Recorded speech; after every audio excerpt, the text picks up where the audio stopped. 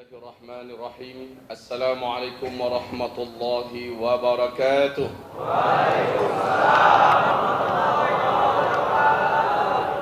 Alhamdulillah wassalatu wassalamu ala Rasulillah sallallahu alaihi wasallam. La haula wala quwwata illa billah. Allahumma la sahla illa ma ja'altahu sahla wa anta taj'alul hazana idza syi'ta sahla. Rabbi syrah li sadri wa yassir li amri wahlul 'uqdatam min lisani yafqahu qawli. Allahumma arinal haqqa haqqan warzuqna tiba'ah wa arinal batila batilan warzuqna jitinabah. Amma ba'du. Ma'asyiral muslimin wal muslimat, akramani wa arsyadani wa iyyakumullah. Marilah kita memuji Allah Rabbuna Azza wa Jalla, dan kita ucapkan kalimat pujian dan syukur kita berikut ini. Alhamdulillah bi ni'matihi tatimmus salihah. Kemudian salawat dan salam kita untuk asyrafil anbiya wal mursalin sayyidina Muhammadin sallallahu alaihi wasallam. Amma ba'du. Ibarallah, seluruh nabi dan rasul yang diutus oleh Allah ke muka bumi ini, kata Rasulullah, telah memperingatkan kaum mereka masing-masing tentang kemunculan sesosok manusia yang memiliki daya fitnah teramat sangat dahsyat. Manusia ini keturunan Nabi Adam. Dia adalah seorang lelaki, tetapi tunduk kepadanya seluruh jin dan setan satu muka bumi. Seluruh para ahli sihir, seluruh dukun-dukun akan sujud menyembahnya dan menganggapnya sebagai Tuhan mereka. 2/3 manusia di muka bumi ketika kemunculannya, kata Rasulullah, akan mengangkatnya sebagai Tuhan. Kesaktian yang dimilikinya melebihi segala apa yang bisa dibuat oleh sebuah teknologi canggih. Para ahli-ahli sihir memiliki kemampuan lokal, tapi orang ini memiliki kemampuan yang sifatnya global. Makhluk ini oleh Rasulullah dipanggil dengan nama Dajjal. Tidak ada satupun nabi, rasul yang Allah utus, melainkan pasti memperingatkan kaum mereka masing-masing tentang bahayanya Dajjal ini. Rasulullah sallallahu alaihi wasallam bersabda, saya yang paling rinci menjelaskan kepada kalian, saya yang paling lengkap menguraikan kepada kalian tentang Dajjal. Pada malam hari ini kita akan fokus membahas tentang manusia yang satu ini, karena menurut nubuat Nabi, tanda-tanda kemunculannya, tanda-tanda kehadirannya terjadi sudah pada masa kita, dan dalam keyakinan hamba Allah yang berbicara bahwa sebentar lagi sang terlaknat ini akan memasuki seluruh kota-kota di muka bumi. Ibarat, saya tidak akan menguraikan Dajjal ini bapaknya siapa, emaknya siapa, lahir tanggal berapa, jam berapa, di mana, itu nggak penting semuanya. Kita masuk pada topik yang penting-penting saja. Lagi pula waktu kita hanya terbatas. Apa sabda Rasulullah dalam Sahih Imam Muslim? Ma baina khalqi Adam ila qiyamis sa'ah fitnah akbar minad Dajjal. Sejak Adam Allah ciptakan sampai kiamat terjadi, tidak ada fitnah yang lebih besar yang harus dihadapi oleh umat manusia di bumi ini melebihi fitnahnya Dajjal. Bahkan di riwayat yang lain, Rasulullah juga bersabda, seandainya semua fitnah-fitnah yang pernah terjadi di muka bumi kepada manusia seluruhnya dihimpun dan disatukan, lalu muncul Dajjal dengan membawa fitnah tersendiri, diadu mana yang lebih berat fitnahnya, kata Rasulullah, akan lebih berat fitnah Dajjal dibandingkan seluruh fitnah yang pernah ada di muka bumi. Rasul khawatir betul dengan Dajjal ini, khawatir betul. Sampai-sampai Rasulullah mengharamkan umatnya, jangan pernah berjumpa dengan Dajjal. Jangan pernah keluar dari persembunyian kalian ketika Dajjal datang ke kota kalian. Jangan pernah. Nanti kata Rasulullah, akan ada seorang lelaki yang merasa sangat yakin imannya sangat kuat. Yakin dia tidak akan terpengaruh atau berubah akidahnya oleh Dajjal. Lalu dia dengan sengaja berjumpa dengan Dajjal. Sesaat dia melihat Dajjal, Dajjal melihat kepadanya, menguaplah iman yang ada di dadanya, keluar dari hatinya, keluar dari dadanya, keluar dari tubuhnya. Maka dia pun menjadi kafir kepada Allah. Dia menyembah Dajjal langsung di tempat. Sekalipun Dajjal sudah meninggalkan kotanya, dia tetap kafir kepada Allah sampai dia mati, kata Rasulullah. Demi Allah, seandainya saya masih hidup, Dajjal keluar, saya langsung yang akan menghadapi Dajjal, kata Rasulullah. Kalian akan saya bela, kalian akan saya lindungi. Tapi kalau nanti Dajjal muncul dan saya sudah tidak ada, kalian menghadapinya, kalian harus jaga diri kalian masing-masing. Ibarat yang kami muliakan, Dajjal ini satu di antara 5 makhluk Allah yang Allah panjangkan umur. Yang pertama yang Allah panjangkan umurnya adalah iblis. Yang kedua seluruh malaikat. Yang ketiga Dajjal. Yang keempat Ya'juj dan Ma'juj. Yang kelima Nabi Isa alaihis salam. Nah, antara Dajjal dengan Nabi Isa alaihis salam, kedua-duanya ini bergelar Al-Masih. Yang satu Al-Masih Dajjal, yang satu lagi Al-Masih Isa alaihis salam. Al-Masih artinya yang memiliki kemampuan yang sangat hebat untuk menghapus. Al-Masihud Dajjal, orang yang memiliki kemampuan yang sangat hebat untuk menghapus kebenaran, bahkan menanggalkan keimanan yang ada dalam dada umat Nabi Muhammad yang punya iman kepada Allah. Ini Al-Masih Dajjal. Sementara Al-Masih Isa, orang yang diberi oleh Allah kemampuan yang luar biasa, menghapuskan seluruh kekufuran dan kekafiran yang ada pada Dajjal.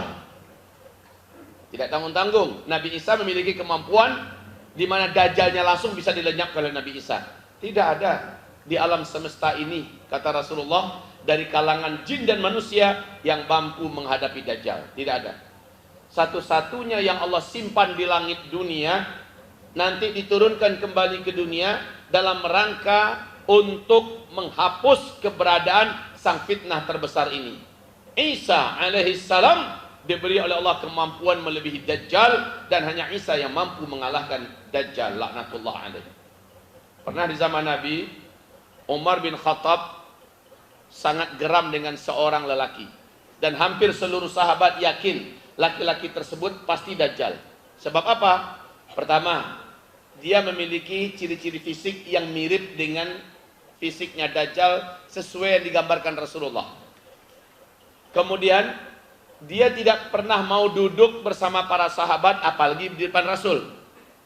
Yang ketiga, dia memiliki kemampuan yang tidak ada manusia normal punya kemampuan seperti yang dia punya. Nama laki-laki ini adalah Ibnu Sayyad. Hampir mayoritas sahabat yakin Ibnu Sayyad ini adalah Dajjal. Sehingga ketika suatu hari Rasulullah bersama Umar bin Khattab, Dajjal dari balik-balik kebun kurma mengintai-intai dan mengincar-incar, memata-matai Rasul dan Umar bin Khattab. Rasul dan Umar tahu dari balik batang pohon si Ibnu Sayyad ini sudah memata-matai. Dan kayak film Tom and Jerry, Dajjal itu, si Ibnu Sayyad ini bergerak dari satu batang pohon kurma kepada batang pohon kurma yang lain dengan kecepatan yang manusia biasa tak punya. Sep, sep, sep, sep. Begitu cepatnya. Dan itu adalah gerakan jin. Itu adalah gerakan setan. Kalau dalam film kartun gerakan Tom and Jerry. Umar langsung menghunus pedangnya dan minta izin pada Rasul. Ya Rasulullah, izinkan saya. Kata Rasul, ente mau ngapain? Itu Dajjal ya Rasul. Izinkan saya membunuh Dajjal. Kata Rasulullah, hai Umar, jika dia memang benar-benar Dajjal, kamu tidak akan mampu mengalahkannya. Dia bukan lawanmu. Lah, Umar bin Khattab ini sejazirah Arabia, siapa yang berani melawan dia? Sekarang kata Rasulullah, kalau dia memang Dajjal, bukan kamu tandingannya. Kamu ini gak ada apa-apanya bagi dia, hai Umar. Dan kalau dia bukan Dajjal, lantas apa alasanmu membunuh orang sembarangan? Mendengarkan itu, Umar langsung masukkan kembali pedangnya. Ya wes.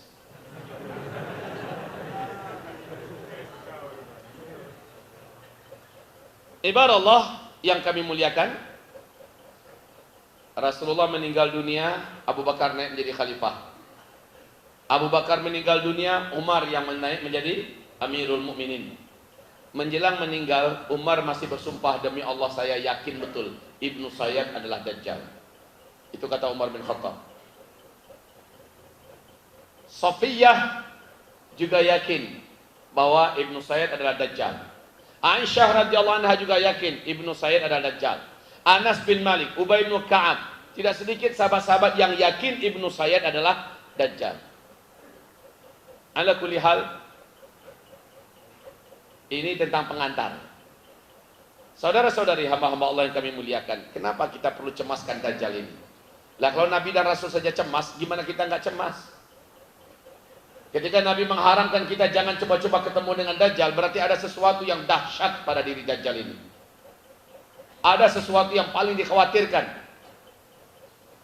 pada Dajjal ini, dan kemunculannya adalah petaka terbesar.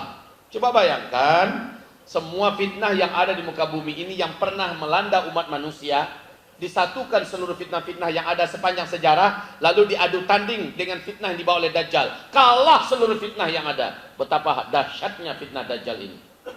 Maka Nabi mengajarkan betul agar selepas sholat, pas tahiyat akhir, selesai sujud yang terakhir, sebelum Assalamualaikum, harus membaca doa perlindungan dari Dajjal. Allahumma inni a'udzubika min adzabil qabri wa min adzabin nar wa min fitnatil mahya wal mamat wa min fitnatil masihid dajjal. Sampai begitu spesialnya, sehingga minta kepada Allah khusus, lindungi hambamu ini Allah dari fitnahnya Dajjal. Ya Rabb, wahai hamba-hamba Allah yang kami muliakan, sekarang Dajjal itu siapa? Wah, sebelumnya banyak beredar dalam pemikiran masyarakat awam dan umum, Dajjal itu matanya satu, di sini letaknya, ya kan? Kemudian dia itu tinggi, besar, seperti yang dijelaskan di salah satu televisi nasional. Ada seorang ustadz sedang memberikan ceramah live, ditanya oleh penontonnya, Dajjal itu apa? Dijawab, jawabannya membuat saya miris. Apa jawabannya? Oh, Dajjal itu tinggi, laut yang dalam, kalau dia masukkan kakinya ke dalam laut hanya semata kaki saja. Mak jang, oi.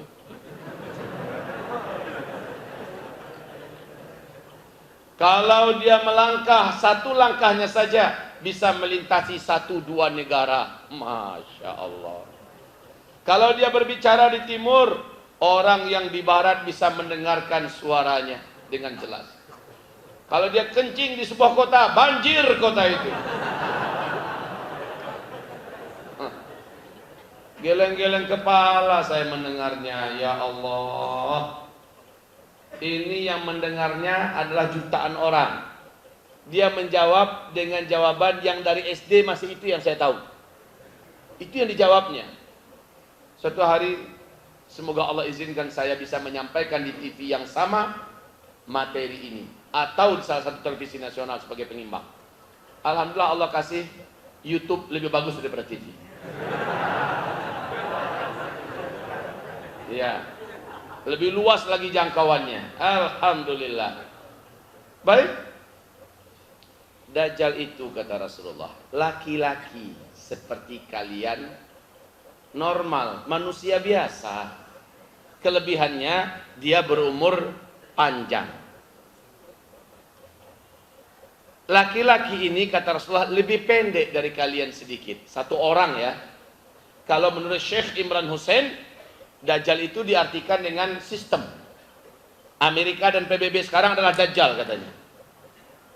Tetapi minta maaf, beliau agak sedikit atau terlalu berani dalam masalah mentakwil-takwilkan hadis kepada makna yang lain. Padahal Nabi menyebutkan rinci dari ujung rambut sampai ujung kaki Dajjal itu. Macam mana mau ditakwilkan? Seorang laki-laki dibandingkan kalian dia lebih pendek sedikit kata Rasul. Kan udah jelas itu. Kemudian rambutnya keribu.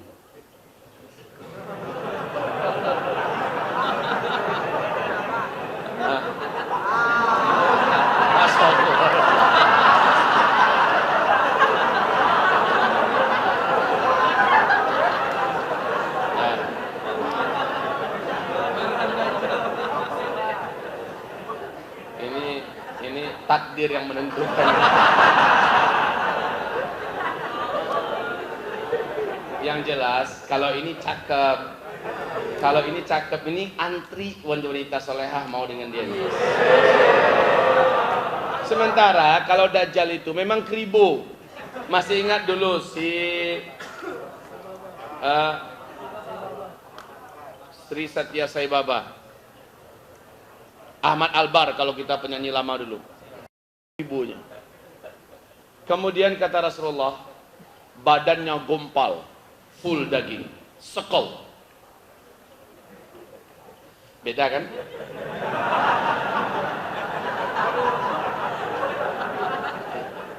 Kalau ini badannya ideal. Kulitnya berwarna hitam gelap tapi pucat seperti mayat. Dan ada bercak-bercak merah di beberapa bagian kulitnya. Kedua bola matanya kata Rasulullah menyembul keluar. Hanya sisa sedikit aja masih di sarangnya. Sementara mata yang sebelah kanan tertutup oleh daging kening Dajjal ini yang meleleh. Daging keningnya ini meleleh menutupi matanya yang sebelah kanan. Ujung daging kening yang meleleh nempel di pipi. Sisa lelehan daging kening itu bergelantung seperti dahak atau seperti jengger ayam, menjijikkan. Sementara tonjolan mata yang sudah hampir keluar itu nampak, sangat nampak dari daging kening yang meleleh ini yang menempel di sini. Matanya yang sebelah kiri hampir 2/3 sudah berposisi di luar, berkabut warna hitam mata kita ini, warna hitam ini. Kalau dia berwarna hijau kaca. Lehernya dibandingkan dengan kalian kata Rasulullah lebih panjang lehernya Dajjal sedikit. Bahu kanan dengan bahu kirinya sangat berjauhan jaraknya, dadanya lebar, full daging. Dan bahu kiri bahu kanannya mereng. Kakinya ketika berjalan, kedua mata kakinya saling berjauhan dan kedua jempol kakinya saling berdekatan. Udah kebayang? Jelek kan? Jelek. Cacat dan jelek. Tetapi jangan salah-salah, kedatangannya mengalahkan seluruh ahli-ahli sihir. Sekarang coba lihat, seandainya Anda membuka sebentar saja di YouTube, para ahli-ahli sihir bermunculan di seluruh dunia saat ini. Bermunculan, di mana para ahli sihir mampu melakukan hal-hal yang seperti di zaman Nabi Musa. Dilemparkan tali, tali menjadi ular. Mereka bisa berjalan di atas air. Mereka bisa terbang tanpa bantuan alat apapun. Mereka bisa menciptakan dengan bunyi telapak tangan saja sesuatu di telapak tangannya, bahkan buah-buahan, bahkan makanan. Mereka bisa memasukkan air, dimasukkan ke dalam dadanya. Mereka bisa mengambil gambar apa yang ada di baju, diambilnya gambar dalam menjadi wujud asli. Ada gambar burung, diambilnya betul-betul jadi burung. Bahkan burung yang asli ditempelkan ke dada Anda, maka akan menjadi gambar burung. Luar biasa. Sihir yang bermunculan sekarang ini itu sifatnya kecil-kecil. Dia bisa mengangkat air ini, dan dia bisa menjadikan air teh menjadi air susu hanya dengan menguncang-uncangnya. Dan dia bisa melihat menu makanan di restoran, lalu disuruh orang-orang pelayan, para tamu yang datang, pilih mana yang disukai. Ditunjuk umpamanya es krim yang ini, maka dia tarik es krim itu dengan gelas-gelasnya. Gambar yang di sana hilang, wujudlah es krim lengkap dengan gelasnya, diminumkan pada orang lain. Ini sihir semua. Sekarang sudah bermunculan yang macam itu, rame serame-ramenya, pertanda memang sang Tuhan para ahli sihir, sang Raja Agung para ahli sihir sebentar lagi akan hadir. Ini saja sudah mempesona. Hati-hati antum semuanya, hati-hati seluruhnya, apalagi anak muda. Sihir ini menarik. Uang kertas biasa saja dipukulin begitu langsung menjadi dolar-dolar, ratusan dolar. Remi jadi dolar. Siapa yang tidak tertarik untuk belajar? Padahal siapapun yang belajar ilmu sihir, dalam Al-Baqarah 102, kafir langsung kepada Allah. Walaupun dia masih merasa dirinya muslim, tapi sudah dihukumi kafir. Nah, sekarang ibarat Allah, Dajjal itu memang jelek bentuknya, tetapi fitnahnya dahsyat. Di manakah Dajjal sekarang berada? Sewaktu Rasulullah masih hidup, Tamim Ad-Dari datang kepada Rasul. Tamim Ad-Dari adalah seorang Nasrani, beragama Kristen. Dia adalah seorang kapten kapal, punya awak kapal sebanyak 20 orang. Dalam hadis yang lain lebih kurang 30 orang. Dia datang pada Nabi Muhammad di Madinah menyatakan keinginannya masuk Islam. Lalu Nabi Muhammad menyambutnya. Lalu dia bercerita apa yang dia saksikan. Apa ceritanya? Ini diceritakan dalam hadis Fatimah binti Qais. Hadis ini panjang sekali, diriwayatkan oleh Imam Muslim, sahih. Tamim bercerita pada Nabi Muhammad, kapal saya diamuk oleh ombak di tengah laut, di laut Yaman. Hampir 1 bulan lamanya kapal kami tidak bisa dikendalikan. Ombak laut sangat tinggi, langit gelap, angin begitu kencang, petir menyambar-nyambar, hujan turun. Akhirnya kami terdampar di sebuah pulau.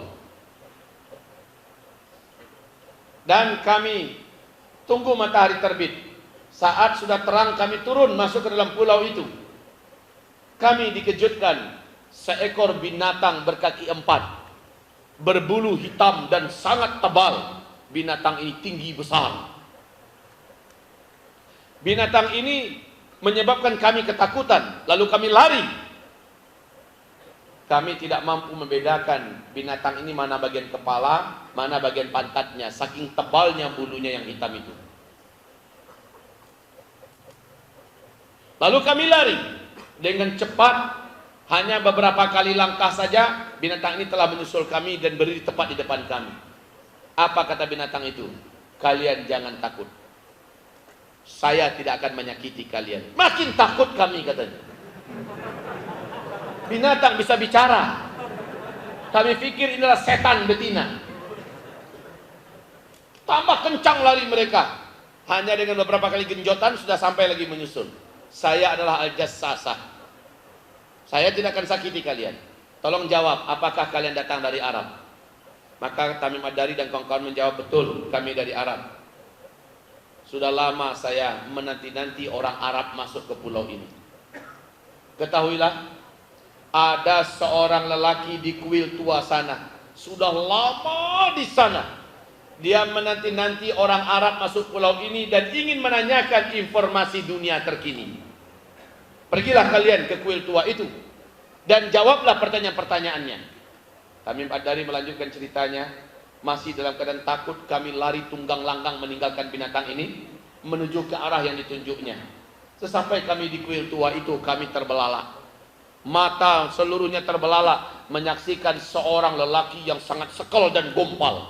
Lelaki yang sangat kuat sedang tergeletak di lantai di kuil tua itu. Sementara kedua kakinya diikat dengan rantai besi yang sangat besar dan berat. Kedua tangannya juga diikat dengan rantai besi yang sangat besar dan berat. Lehernya dibelenggu dengan rantai besi yang juga sangat besar dan berat. Kami berkata, celakalah engkau, manusia apa engkau ini? Laki-laki yang terikat itu menjawab, nanti saya kasih tahu kepada kalian siapa saya. kalian tidak usah takut kepada saya. Karena dari wajah Tamim Ad-Dari dan kawan-kawan nampak wajah ketakutan ini kok dahsyat kali. Kalian tidak usah takut kepada saya. Hari ini seperti yang kalian saksikan, saya sedang dibelenggu secara fisik dan secara kekuatan magicnya sedang ditahan oleh Allah Subhanahu wa taala. Saya tidak akan bisa menyakiti kalian. Apakah kalian datang dari Arab? Maka menjawablah Tamim, benar, kami datang dari Arab. Kami tersesat masuk pulau ini karena begini-begini. Bagus. Sudah sangat lama saya menanti-nanti orang Arab masuk ke dalam pulau ini. Kalian, apakah sudah muncul belum kata yang terikat ini kepada Tamim Ad-Dari dan kawan-kawan? Sudah muncul belum di Arab seorang lelaki ummi mengaku-ngaku sebagai nabi penutup, nabi terakhir, namanya Ahmad? Maka Tamim menjawab, sudah. Nabi Muhammad kan mengumumkan namanya Muhammad, Ahmad, Al-Mustafa, Qasim, Yasin, Toha. Ini nama-nama Nabi Muhammad SAW ya. Apakah sudah muncul seorang laki-laki ummi ngaku-ngaku sebagai nabi penutup, nabi terakhir, namanya Ahmad? Tamim Ad-Dari menjawab, sudah. Kalau bahasa kitanya, gaya kitanya, yes. Kata yang terikat ini berarti tidak lama lagi masa saya untuk dilepaskan. Kemudian dia bertanya, dijawab, dia bertanya, dijawab, dia bertanya, dijawab. Pertanyaannya yang terakhir adalah, kalian tahu tidak Danau Tiberias, kebun kurma di Baisan, dan mata air Zuhar? Tamim menjawab, ya kami tahu semuanya. Apanya yang ingin kau tanyakan? Laki-laki yang terikat itu berkata, bagaimana Danau Tiberias? Airnya sudah mulai susut atau masih banyak? Kebun kurma, apakah masih berbuah atau sudah berhenti berbuah? Mata air Zuhar, sudahkah dia berhenti mengeluarkan airnya atau masih keluar airnya? Tamim Ad-Dari menjawab, adapun Danau Tiberias, maka airnya sampai sekarang masih banyak. Dan kebun kurma di Baisan, buahnya pun masih lebat. Mata air Zuhar juga masih diandalkan oleh penduduk untuk bercocok tanam dan buat kehidupan utama mereka. Kata laki-laki yang terikat, lihat ya, sebentar lagi air Danau Tiberias akan susut. Kebun kurma di Baisan sebentar lagi tidak lagi berbuah. Dan mata air Zuhar sebentar lagi akan berhenti mengeluarkan airnya. Jika ketiga-tiganya sudah terjadi bersamaan, saya akan dibebaskan dan saya akan memasuki seluruh kota-kota yang ada di muka bumi. Mayoritas manusia akan sujud menyembah saya. Hanya 2 kota yang Allah haramkan saya memasukinya, Makkah dan Taibah. Ketahuilah oleh kalian, kata laki-laki yang terikat, saya adalah Al-Masih. Ini katanya.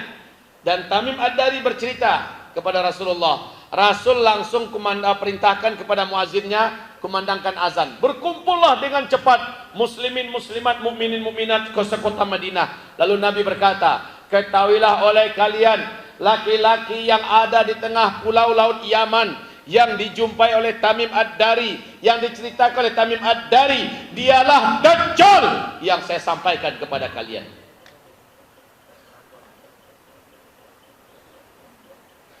Dua kota yang tidak bisa dimasukinya, Mekah dan Taibah.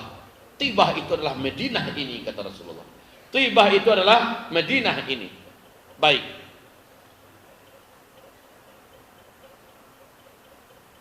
Kenapa Dajjal tidak bisa memasuki Mekah dan Madinah?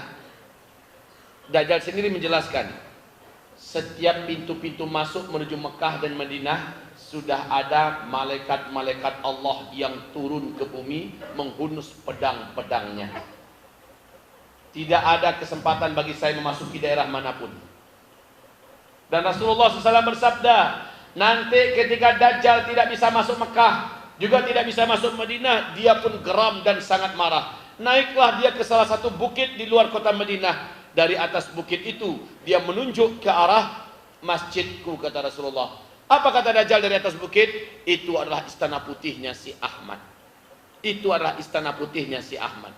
Lalu dia pun menghentakkan kakinya 3 kali di atas bukit tersebut, gempalah kota Madinah. Coba bayangkan, mana ada yang kesaktiannya sampai seperti Dajjal. 3 kali hentakkan kakinya di bukit, satu kota Madinah gempa. Bukan gempa kecil, gempa yang kuat. Maka kata Rasulullah, seluruh orang-orang munafik, orang-orang musyrik yang masih ada di dalam kota Madinah, keluar dari rumah-rumah mereka dan keluar dari kota Madinah bergabung dengan Dajjal. Itulah saatnya Madinah Al-Munawwarah bersih dari kaum munafikin dan kaum musyrikin. Munafikin dan musyrikin itu takut kalau nggak gabung dengan Dajjal mampus, mati. Jadi cara selamat adalah gabung dengan Dajjal. Karena Dajjal nggak bisa masuk ke dalam. Tapi Dajjal nakut-nakutin orang-orang yang lemah iman atau apalagi munafik dengan cara menimpakan bencana ke dalam itu. Nah, yang perlu kita ingat kata-kata Dajjal, itulah istana putihnya si Ahmad. Waktu Nabi menceritakan hadis ini, masjid Nabi itu kayak apa masih? Udah kayak istana atau belum? Lantainya saja masih pasir, tiang-tiangnya masih batang kurma, atapnya, lotengnya saja masih berupa daun pelepah kurma. Macam mana bisa dibuat dikatakan itu istana putih? Yang maksud istana putih dalam hadis Nabi itu adalah zaman sekarang. Masjid Nabawi zaman sekarang mirip dengan istana putih.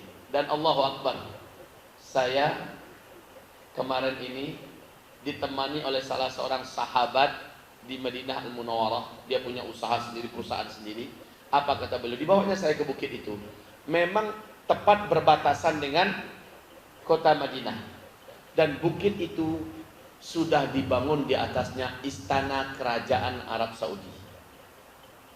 Bukit ini disebut oleh para ulama Madinah dengan Bukit Dajjal. Bukit Dajjal. Dan tidak ada yang boleh naik ke atas itu. Dan di sana simbol-simbol Dajjal lengkap di atas bukit tersebut. Ya Allah.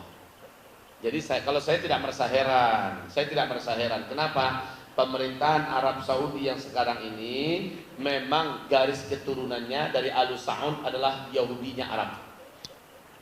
Yahudinya Arab. Mereka ini pendatang, bukan asli orang Arab.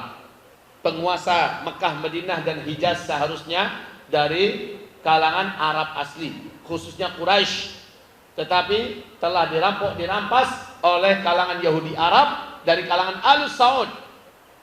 Sehingga Raja Faisal ketika masih di Washington mengumumkan jangan ganggu orang Yahudi yang ada di Israel, biarkan saja mereka.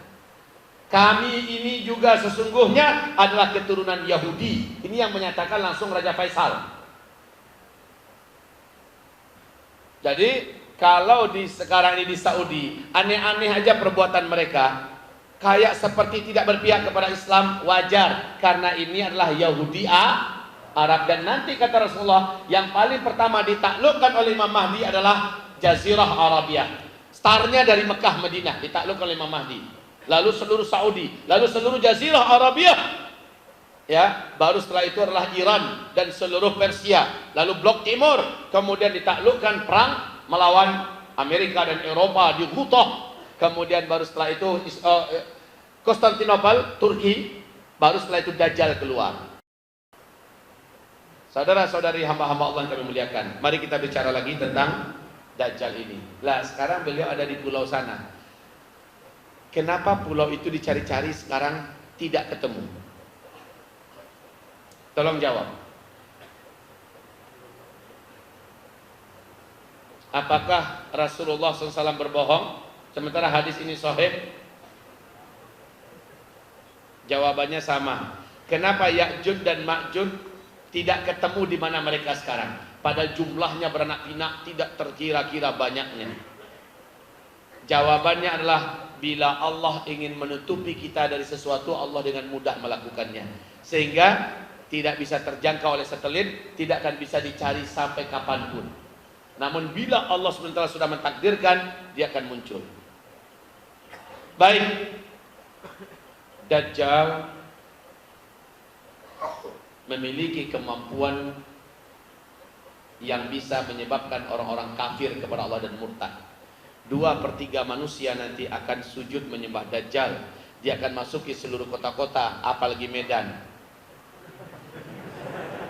Jadwal masuknya itu sudah diumumkan terlebih dahulu. Medan dia akan masuk hari anu pagi. Hari anu bulan anu. Nanti orang yang di Medan dan seluruh yang di luar Medan sudah siap siaga menunggu hari itu. Kedatangannya nanti dielu-elukan, sangat ditunggu-tunggu. Dia bagaikan dewa penyelamat. Kenapa? Menjelang Dajjal keluar, kata Rasulullah, orang di muka bumi akan mengalami kemarau yang ekstrim. Seluruh dunia selama 3 tahun berturut-turut, akibatnya kelaparan banyak di mana-mana terjadi. Sementara Dajjal datang bisa menghidupkan tanah yang mati. Suatu kota yang tandus dan mati hanya ditunjuk oleh Dajjal, langsung tumbuh tanam-tanaman, mengalir air, sungai-sungai besar dengan air yang bening keluar dari tangannya. Luar biasa kemampuan Dajjal. Dajjal bisa menunjuk ke arah langit, maka langit yang sudah lama biru tidak ada awan, langsung muncul awan yang sangat banyak berarak berlapis-lapis, dan awan itu digerakkannya, maka turunlah hujan di sana. Lalu Dajjal juga bisa menunjuk ke arah kuburan mana saja. Siapapun yang pernah dikuburkan di kuburan itu akan bangkit kembali, tetapi utuh sepertinya belum pernah mati sebelumnya. Bangkit kembali dalam keadaan normal, dan langsung dia mencari keluarganya yang ada. Wahai istriku, wahai anakku, lihat ayah, lihat suamimu telah dibangkitkan kembali oleh Tuhan kita. Inilah yang selama ini kita sembah. Marilah wahai istriku, marilah anak-anakku, wahai marilah keluargaku, kita sembahi dia. Dia adalah Tuhan yang selama ini kita sembah. Apa sabda Rasulullah? Demi Allah, seluruh yang bangkit dari kuburan itu bukanlah manusia yang mati dan dikuburkan di sana, tetapi setan-setan yang menjelma dalam wujud manusia yang pernah meninggal dan dikuburkan di sana. Nanti yang tahu ini cuma orang yang ngaji. Macam saudara-saudara ini ngaji sekarang, nanti Dajjalnya muncul, mengatrasikan kemampuannya, Anda langsung paham. Ini yang disampaikan oleh Ustaz Zulkifli Muhammad Ali dulu. Ini adalah sihir. Percayalah, yang ngaji cuma yang tahu. Ibu-ibu yang ngaji yang cuma tahu. Yang nggak ngaji sangat yakin ini ada Tuhan. Ini adalah Tuhan. Ditambah dia membawa gunungan makanan. Nggak usah pakai atraksi, demonstrasi, keahlian apa-apa. Cukup membawa gunungan makanan sudah banyak orang mau murtad itu. Di hari lapar. Betul tidak? Apalagi dia mengatraksikan. Nah, ibarat Allah, hamba-hamba Allah yang kami muliakan, jangan coba-coba melawan dengan Dajjal. Tidak ada yang mampu melawan Dajjal. Dan jangan sok percaya diri atau umpamanya mau selfie dengan Dajjal, mau minta tanda tangan, pasti kafir langsung kepada Allah Subhanahu wa ta'ala.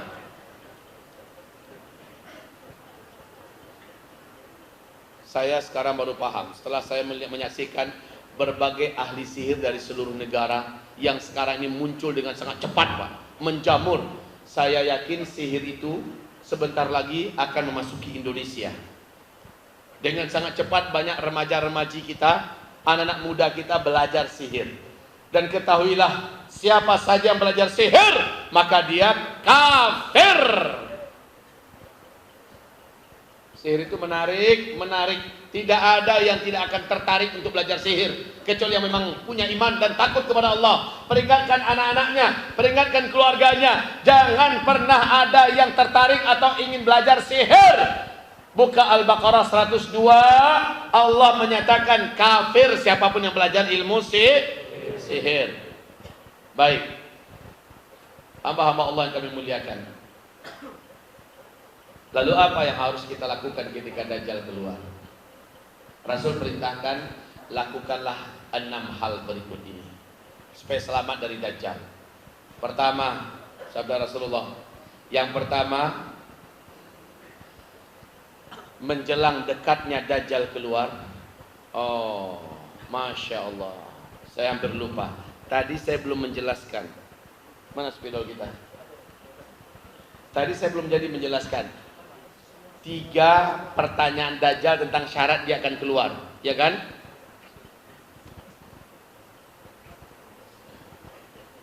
Yang pertama, pertama, Dajjal bertanya tentang Danau Tiberias. Danau Tiberias. Yang kedua, dia bertanya tentang kebun kurma. Di mana? Di Baisan. Yang ketiga, dia bertanya tentang mata air Sugar. Ini hadisnya Sahih Muslim ya. Baik. Waktu dia bertanya, air Danau Tiberias masih full. Kebun kurma di Besan masih lebat buahnya, dan mata air Sugar masih menjadi topang hidup utama bagi warga dan masyarakat. Tapi saya uraikan satu-satu. Ini permukaan danau. Permukaan danau. Ini dasar danau.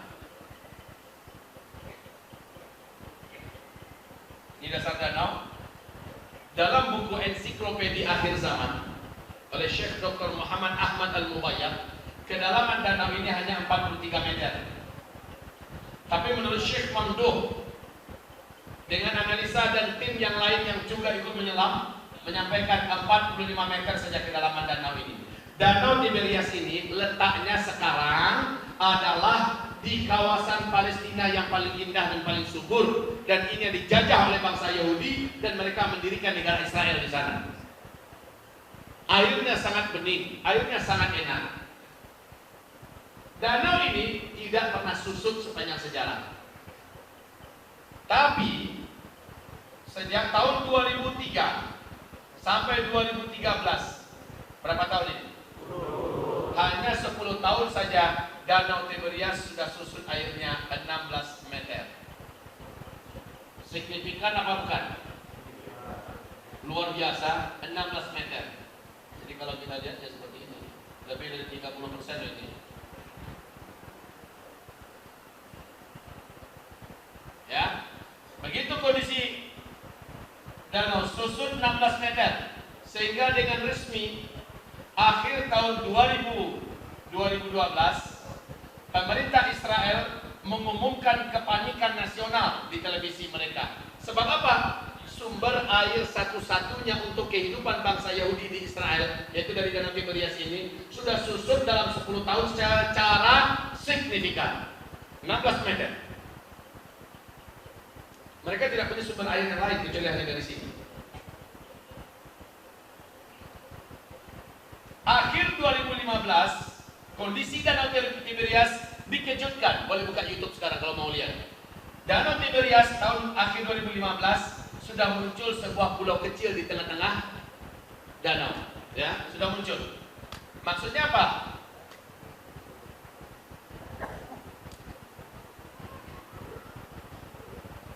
Ya, maknanya bagian dasar danau yang paling menonjol itu sudah nampak seperti sebuah pulau. Ini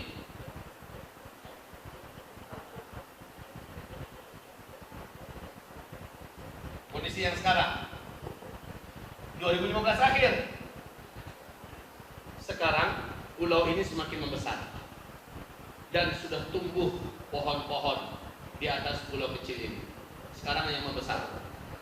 Dan 1 tahun 9 bulan 3 minggu yang lepas dari sekarang, pemerintah Israel sudah mengumumkan air Danau Tiberias sudah melewati garis merah, sudah sampai di garis hitam.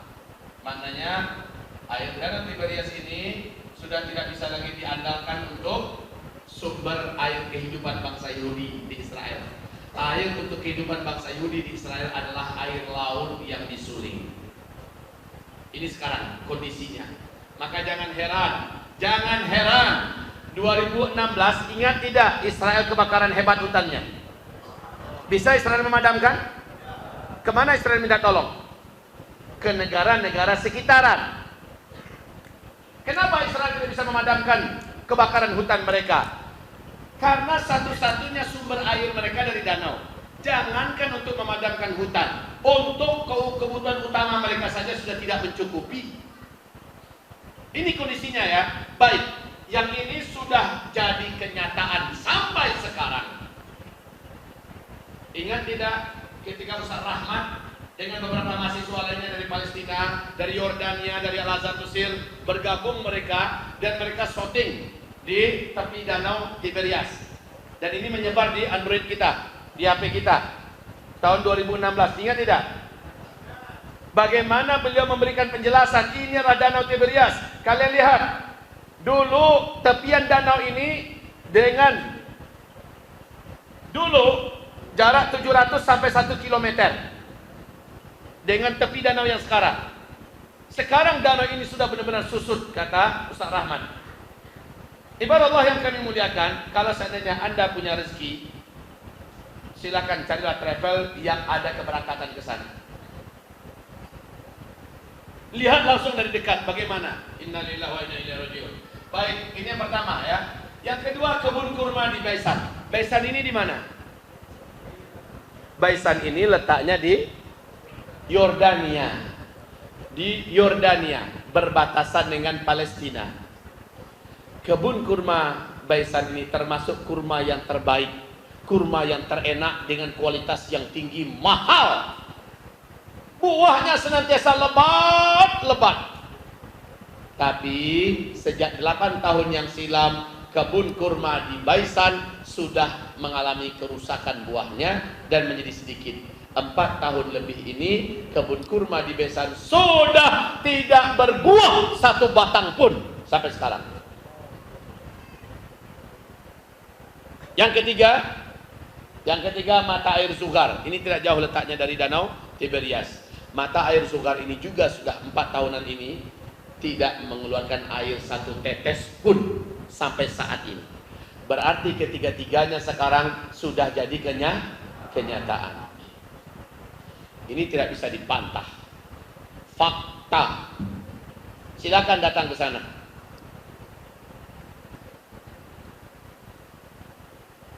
Ibarat Allah yang kami muliakan,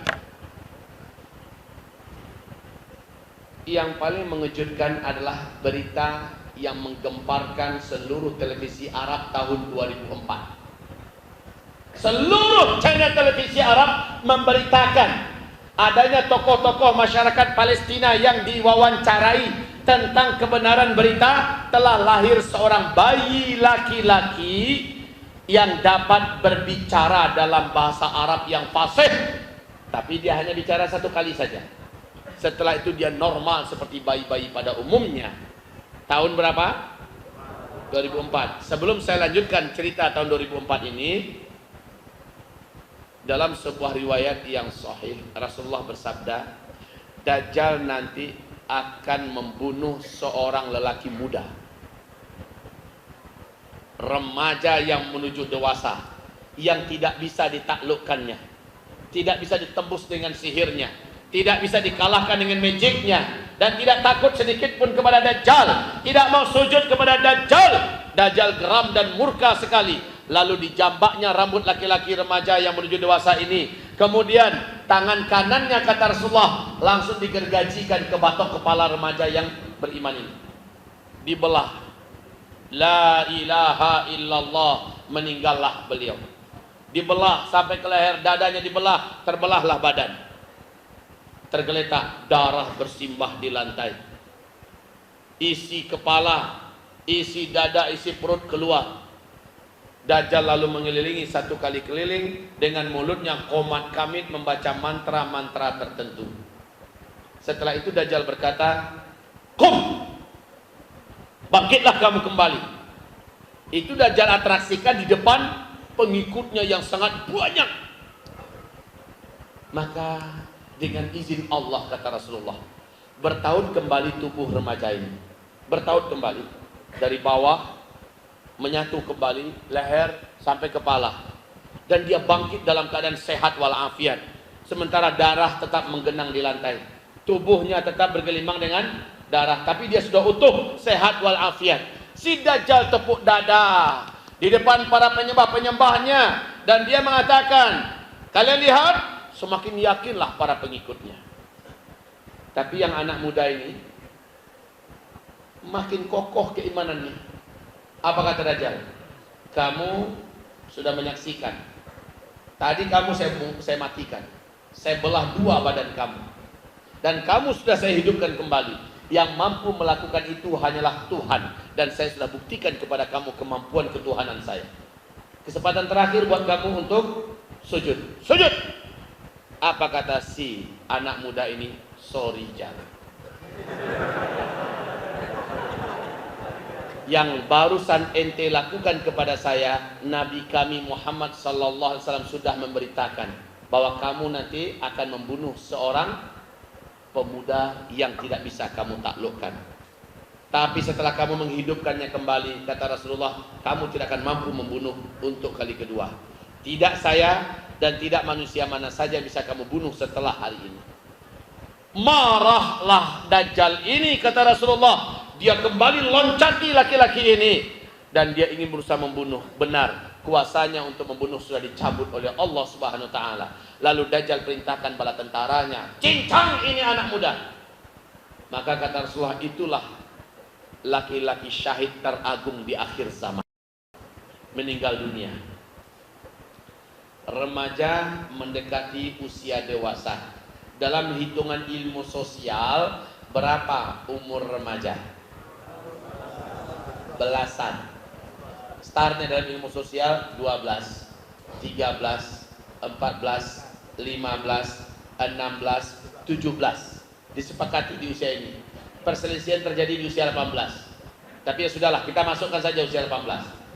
Ada 7 tahun usia remaja. 2004 gempar seluruh channel televisi Arab. Tokoh-tokoh masyarakat diajak diskusi yang menyaksikan dan membenarkan kejadian ini. Masyayikh, ulama-ulama dan syekh tempatan juga diajak bicara. Saya langsung nonton live di Qatar TV. Silakan Anda buka YouTube, lihat diskusi antara pembawa acara televisi dengan warga dan tokoh masyarakat Palestina. Mereka membenarkan telah lahir seorang bayi laki-laki tahun 2004. Bayi ini berbicara dalam bahasa Arab yang fasih. Apa kata bayi tersebut? Ana rajulun sayaqtuluni dajjal wala yaqtulu ba'di ahadan abada.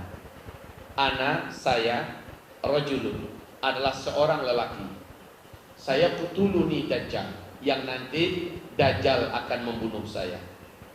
Wala yaqtulu ba'di ahadan abada. Setelah itu Dajjal tidak akan sanggup membunuh siapapun manusia selama-lamanya.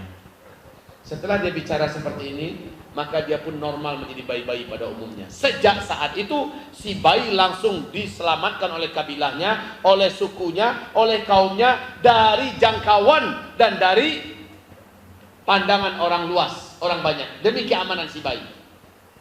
Tahun 2004, sekarang tahun berapa? Berarti sudah masuk usia dewasa tidak? Usia remaja tidak? Sudah. Tidak lama lagi, 15, 16, 17, 18. Artinya dalam rentang waktu 4 tahun ke depan, seharusnya remaja ini atau laki-laki muda ini sudah dibunuh oleh Dajjal. Maknanya sebentar lagi Dajjal ini harusnya sudah keluar. Ustaz, itu kan berita TV, Ustaz. Iya. Saya nggak percaya, banyak yang bohong di TV sekarang, Ustaz. Seperti di Metro TV itu kan banyak bohongnya, Ustaz.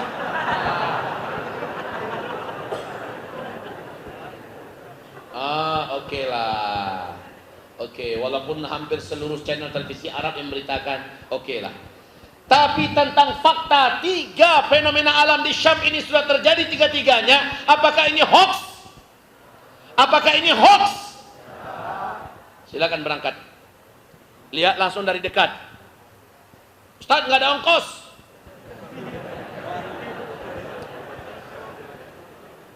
Udah nggak ada ongkos, ngotot pula lagi. Udah kalau begitu, 3 orang di malam ini saya tantang. 3 orang. Siapkan paspor. Paspor urus sendiri, biaya sendiri. Nanti tiket pulang perginya saya yang bayar. Penginapan selama di Israel, selama di Yordania, di Palestina, saya yang tanggung. Uang saku masing-masing saya kasih 1 orang $1.000. Cuma itu kemampuan saya ya. Tapi dari awal kita buat perjanjian. Tertulis, Perjanjiannya adalah jika semua yang saya beritakan ternyata tidak benar, maka pulang ke Indonesia nanti saya berjanji saya akan rekam, saya videokan, saya upload di YouTube, di media televisi channel saya sampaikan permintaan maaf kepada seluruh umat Islam Indonesia yang ada di dalam dan luar negeri bahwa saya telah menyebarkan berita hoax. Dan 3 orang yang bersangkutan saya umrohkan dengan fasilitas VVIP. Serius. Namun apabila jika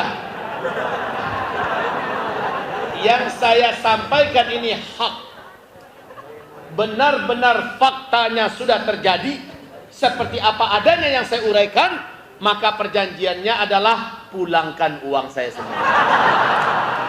Ini yang pertama. Yang kedua, saya yang diumrohkan. Ini tantangan saya.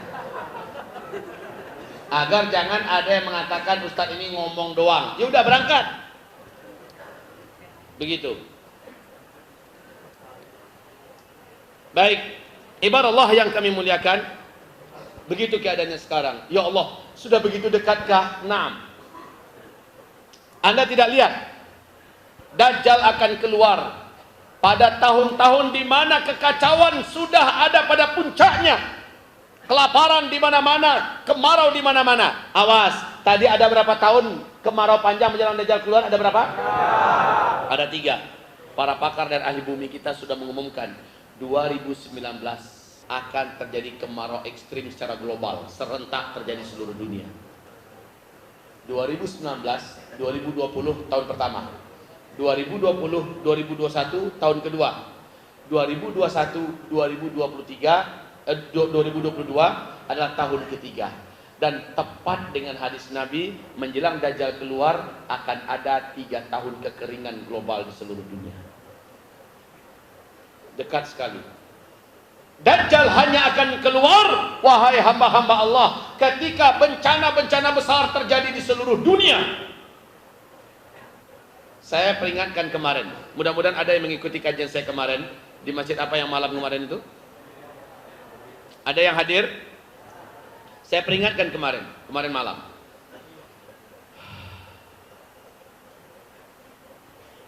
Bahwa sosok yang akan berhadapan dengan Dajjal nanti ada 3 orang.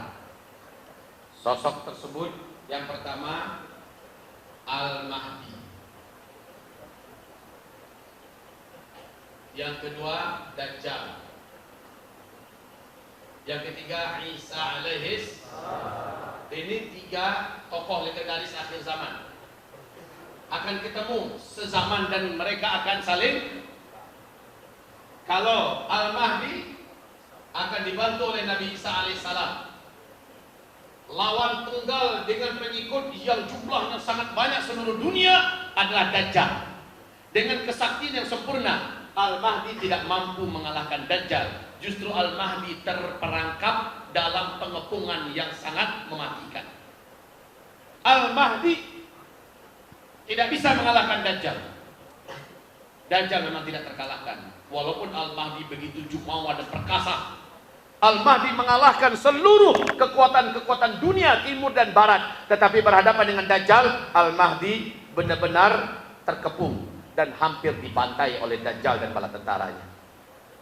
Al-Mahdi terkepung saat beliau di masjid Jami' yang ada menara putihnya di Damaskus, kata Rasulullah. Masjid itu ada menara putihnya. Di waktu asar Al-Mahdi dikepung oleh Dajjal dan bala tentaranya, sementara Imam Mahdi dengan para mujahidin terbaik di muka bumi ada di dalam masjid, tidak berkutik. Mereka yakin, sangat yakin bahwa pertolongan Allah pasti akan datang. Sementara Dajjal dengan bala tentaranya yakin bahwa besok Al-Mahdi dan orang-orang yang bersama Imam Mahdi akan mereka bantai bersama-sama. Kemudian kata Rasulullah, di malam itu Imam Mahdi dan orang-orang yang beriman menghabiskan malamnya dengan tahajud, dengan doa, dengan zikir, dengan istighfar, dengan tangisan kepada Allah. Pada waktu subuh dikumandangkan azan, mereka pun sholat sunat sebelum subuh, sholat sunat fajar, ya. Ketika akan qomat, seluruh mata terbelalak menatap ke arah langit. Apa yang terjadi? Allah menurunkan Nabi Isa alaihi salam.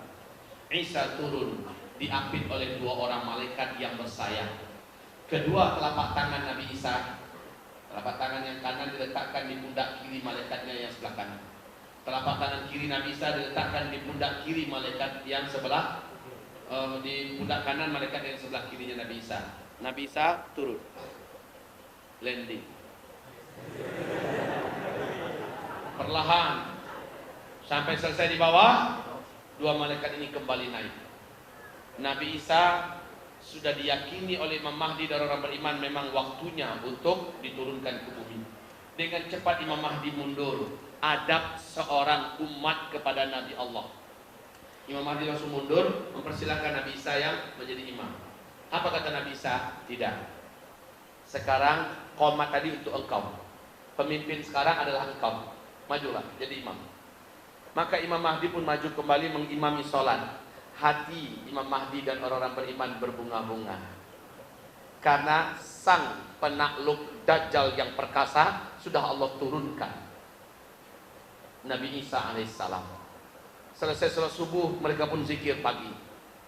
Tekad Dajjal, matahari terbit, gerbang dihancurkan dan langsung dibantai Imam Mahdi dengan seluruh para mujahidin yang ada di dalam masjid. Ini tekad Dajjal, tunggu matahari terbit. Sementara Nabi Isa udah ada di dalam dan Dajjal nggak tahu. Satu-satunya yang bisa menghabisi Dajjal, Dajjal tahu ya, cuma Nabi Isa. Dan Dajjal belum tahu kalau Nabi Isanya udah Allah turunkan. Selesai, matahari terbit, Dajjal bergerak ke arah pintu, Nabi Isa juga bergerak dari saf terdepan menuju ke arah pintu. Sama-sama mendekati pintu. Si Dajjal nggak tahu. Dia masih begitu sombong di luar. Kita bunuh Al-Mahdi, kita habisi semua orang-orang yang bersama Al-Mahdi. Ketika Dajjal akan membuka pintu, Nabi Isa sudah membuka pintu terlebih dahulu. Apa kiak Dajjal? Bahasa Minang ya. Artinya menjeritlah Dajjal. Jeritan Dajjal ini bisa membuat jantung-jantung orang yang dekat situ bisa lepas. Kenapa? Karena kata Rasulullah, dengan dia melihat Nabi Isa, meleleh tubuhnya seperti garam meleleh dimasukkan ke dalam air. Demi Allah, kata Rasulullah, kalau Dajjal tetap bertahan berdiri di depan Isa, dia akan menjadi cairan yang menggenang di lantai. Menjerit kesakitan, langsung dia dengan kesaktian yang ada pergi sejauh-jauhnya ke ufuk timur. Nabi Isa udah nunggu di sana. Lari lagi ke ufuk barat, udah ditunggu lagi. Mau kemana, Boy? Ente mau kemana? Jadwal Dajjal dibunuh sudah dikasih tahu. Jadwalnya jam sekian, tempatnya di Palestina, tepatnya di depan pintu Lud, Palestina. Maka Nabi Isa pun sudah standby di situ. Nabi Isa tahu, ntar lagi Dajjal nyampe. Benar, ketika Dajjal muncul, langsung tombak atau senjata yang dibawa oleh Nabi Isa dihunjamkan ke tubuhnya, tembus. Matilah sang pengaku sebagai Tuhan ini. Mati. Senjata yang masih bergelimang dengan darah dibawa dengan cepat kembali Nabi Isa di hadapan Imam Mahdi dan orang beriman, bahkan di depan orang-orang Yahudi yang ada, pengikut-pengikut Dajjal, diumumkan, ini darah Tuhan kalian dan inilah darah Dajjal. Orang beriman bertakbir, Allahu Akbar, Allahu Akbar, Allahu Akbar. Si Yahudi terkencing-kencing. Mereka buang senjata-senjata mereka, lalu langsung mereka lari tunggang langgang menyelamatkan diri. Maka terbuktilah dalam Al-Quran Allah mengatakan orang yang paling takut mati itu adalah Yahudi. Mereka langsung sembunyi. Kemana saja mereka sembunyi saat itu, kata Rasulullah. Allah izinkan benda tempat mereka bersembunyi di belakang itu bicara. Batu bicara, ya Muslim, hadza Yahudiyun warai ta'ala faqtulhu. Hai Muslim, sini ada Yahudi di belakang saya, lagi sembunyi. Sini, tangkap, bunuh dia. Sembunyi di balik pohon, pohonnya juga bicara. Muslim, sinilah ada Yahudi yang sembunyi di sini. Tangkap dia, bunuh. Semua alam Allah izinkan bicara.